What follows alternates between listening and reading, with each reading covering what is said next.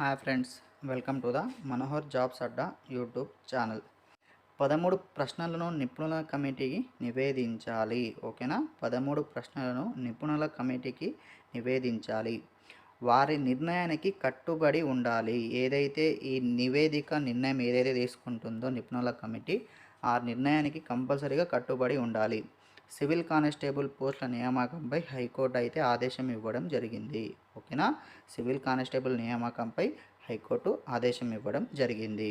Civil constable పోస్టులకు నిర్వహించిన రాత పరీక్షలో ప్రశ్నాపత్రాల్లో తెలుగు తర్జుమా లేని 4 ప్రశ్నలను తొలగించాలంటూ సింగిల్ జడ్జి ఇచ్చిన తీర్పును హైకోర్టు గురువారం సవరించింది. ఓకేనా?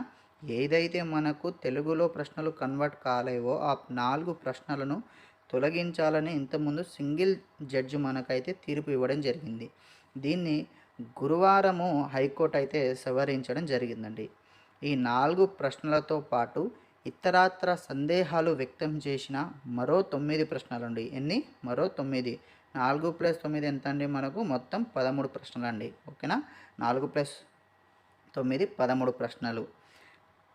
9 ప్రశ్నలను నిపుణుల కమిటీకి నివేదించాలని పోలీస్ నియామక మండలికి ఆదేశాలు జారీ చేసింది. ఓకేనా? ఏదైతే హైకోర్టు ఉంటుందో మనకు టీఎస్ఎల్పిఆర్బి బోర్డుకి అయితే ఆదేశాలు జారీ చేయడం జరిగింది.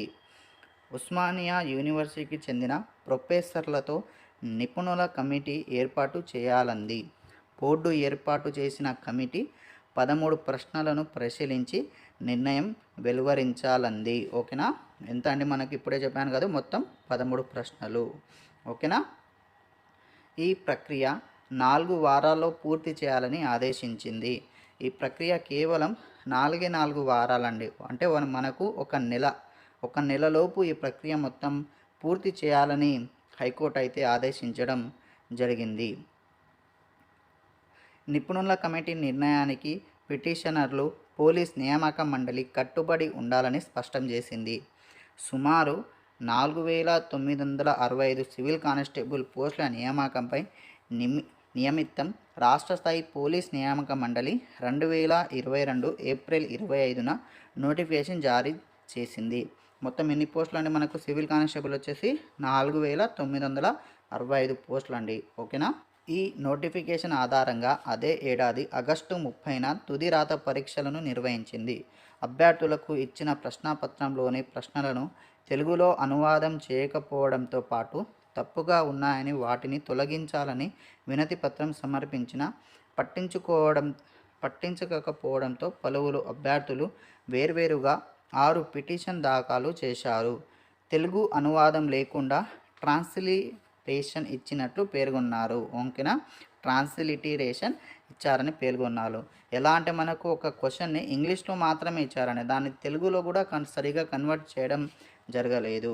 వీటిపై విచారించిన సింగిల్ జడ్జి నోటిఫికేషన్ ప్రకారం తెలుగులో ప్రశ్నలు ఉండాలని, ఇక్కడ 4 ప్రశ్నలకు అనువాదం లేనందున వాటిని తొలగించక మూల్యాంకనం చేసి ఎంపిక జాబితాను ప్రకటించాలని తీర్పు వెలువరించింది.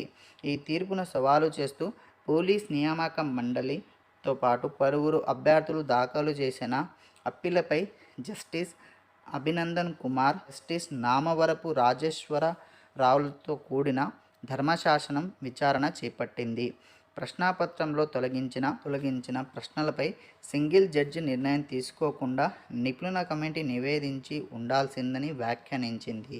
దీనిపై ప్రభుత్వ న్యాయవాది సమాధానం ఇస్తూ అభ్యంతరాలు లేవనెత్తిన ప్రశ్నలను నిపుణుల కమిటీకి నివేదించాలని తెలిపారు. ప్రశ్నాపత్రం రూపొందించిన జేఎన్టీయూ ప్రొఫెసర్లతోనే కమిటీ ఏర్పాటు చేయాలని అభ్యర్థులు తరపు న్యాయవాదులు పేర్కొన్నారు. వాదనలు విన్న ధర్మశాసనం కేవలం ఓయూ ప్రొఫెసర్లతో మాత్రమే స్వతంత్ర నిపుణుల కమిటీ ఏర్పాటు చేయాలని పోలీస్ నియామక మండలికి ఆదేశించడం జరిగింది. ఓకేనా అండి? Thank you for watching Manohar jobs Adda YouTube channel.